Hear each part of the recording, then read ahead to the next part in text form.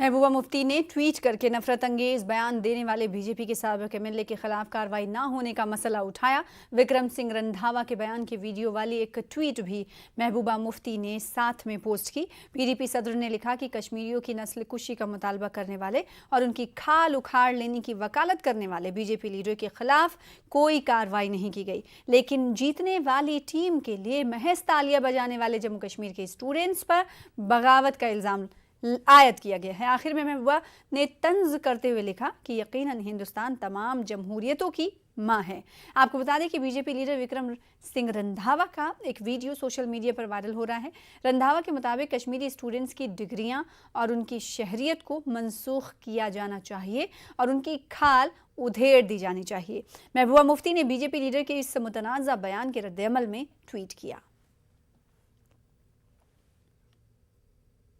उधर महबूबा मुफ्ती की सदारत में पीडीपी की पॉलिटिकल अफेयर्स की मीटिंग मुनक्किद की गई। पार्टी के सीनियर लीडरान ने मुख्तलिफ उमूर पर तबादला ख्याल किया। इस दौरान जम्मू कश्मीर की ताज़ा सूरत हाल और खित्ते के लोगों के लिए हालिया अरसे अहम रही खबरें ज़ेर बहस रहीं। महबूबा मुफ्ती ने लोगों के लिए काम करते हुए पार्टी को मजबूत बनाने पर जोर दिया।